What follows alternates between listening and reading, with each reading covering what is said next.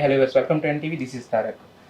Star మాలో వస్తున్న super singer అనేది ఎంత పెద్ద హిట్ అయిందో మనకు తెలుసు. సో ఈ సీజన్లో గ్రాండ్ ఫినాలే అనేది మరి కొన్ని గంటల్లో మనం చూడబోతున్నాం. సో ఈ షోకి స్పెషల్ అట్రాక్షన్ అంటే మాత్రం ఖచ్చితంగా శ్రీముఖి గారు అని చెప్పుకోవచ్చు. సో ప్రస్తుతం శ్రీముఖి గారు మనతో ఉన్నారు, అంతా మాట్లాడదాం. హలో శ్రీముఖి గారు. హలో అండి, ఎలా ఉన్నారు? చాలా బాగున్నాం, మీరు ఎలా ఉన్నారు? సూపర్ గా ఉన్నాను. ఎన్టీవీ వ్యూవర్స్ అందరికీ అ వెరీ బిగ్ హాయ్. అందరూ చాలా ఏమనుకుంటారంటే మీరు మీ మాట వినగానే ఏమనుకుంటారంటే చాలా కొంచెం గట్టిగా ఉంటుంది అనుకుంటారు. బట్ మీ మనసు ఎంత మెత్తగా ఉంటుంది అనేది ఈ హార్ట్ వార్మింగ్ దీంతో తెలిసింది. అవును, అంటే స్టేజ్ కి ఆ మాత్రం వాల్యూమ్ అవసరం, ఇంటర్వ్యూకి ఈ మాత్రం వాల్యూమ్ అవసరం. దాని గురించి కాదు నేను చెప్పింది, దానికి ముందు మీరు అన్నారు చూసారా, నేను అడగకున్నది మీరే అడిగారు నన్ను ఎలా ఉన్నారని చెప్పేసి. ఆ మంచితనం గురించి థ్యాంక్ యూ సో మచ్. అయితే యాక్చువల్గా మీరు అంటే మీ డాన్స్ అనేది మేము చాలాసార్లు చూసాం. బట్ సింగింగ్ షోకి మీ చేయడం అనేది కొంచెం అంటే అప్పుడప్పుడు మీరు ఉన్న ఆ యాక్టివ్నెస్ తగ్గించుకుని చేయాల్సి వస్తుంది, సటిల్గా ఉండాల్సి వస్తుందా? కరెక్ట్, అవును. అంటే కొంచెం బికాజ్ డాన్స్ షోలో ఏంటంటే మోస్ట్లీ ఆర్టిస్టులు ఉంటారు. ఆర్టిస్టులకి ఏంటంటే కొంచెం ఇస్తే అల్లుకుంటారు. బట్ సింగర్స్ అనేసరికి కొంచెం కొత్త కాబట్టి వాళ్ళకి ఆల్రెడీ కొంచెం నర్వస్గా కాంపిటీషన్, ఆ భయం అది ఇదంతా ఉంటుంది కాబట్టి వాళ్ళ నుంచి కంటెంట్ రాబట్టడం కొంచెం కష్టం. అందుకే ఇంకా నేను వాళ్ళ లెవెల్లో ఉండి చేయాల్సి వస్తుంది. అవును. బేసిక్ ఏంటంటే స్టార్ మాలో ఏ ప్రోగ్రామ్ వచ్చినా కూడా హిట్. దాంట్లో స్టార్ మాలో శ్రీముఖి ఏ ప్రోగ్రామ్ చేసినా కూడా హిట్ అనేది ఒక బ్రాండ్ పడిపోయింది. ఎందుకంటే సండే ప్రోగ్రామ్స్ చూస్తున్నాం కాబట్టి.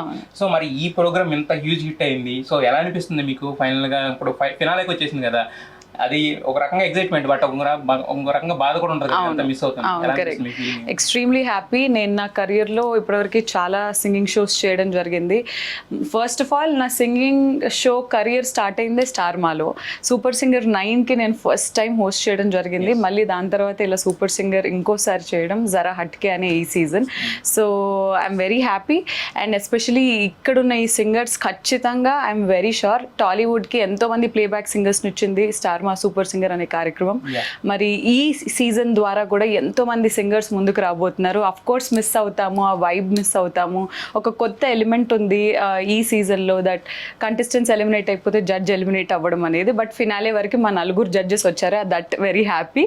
సో విభిన్నంగా అంటే హట్కేగా ఉండేది కాబట్టి ఈ సీజన్ డెఫినెట్లీ మిస్ అవుతాను. విభిన్నంగా అనే దానికి ఇంకో చిన్న యాడింగ్ మిమ్మల్నే చెప్పొచ్చు. ఎందుకంటే జనరల్ గా యాంకర్ ఏంటంటే జస్ట్ షోని యాంకరింగ్ చేస్తూ నడిపిస్తారు. బట్ మీరు ఏంటంటే దానికి కామెడీ అద్దుతారు, దాంట్లో చాలా రకాలన్నీ ఎలిమెంట్స్ చేస్తారు కదా. సో మరి అంటే ఆ డ్రామా అనేది మీరు స్పాంటనిటీనా లేకపోతే అదంతా స్క్రిప్టెడ్?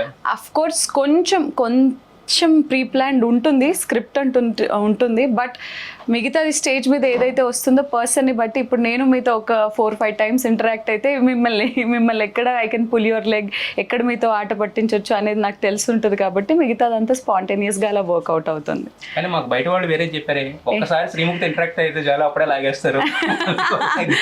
ప్రాబబ్లీ అండి, అంటే డిపెండ్స్ ఇంకా షోని బట్టి. నేను ఇక్కడ క్యారవెన్లో ఉన్న మనిషి స్టేజ్ మీదకి వెళ్ళేసరికి ఇలా ఉండను. దట్ స్టేజ్ ఒక ఎనర్జీ ఎవరు వైబ్ ఇస్తుంది నాకు, కాబట్టి అది వేరేలా ఉంటుంది.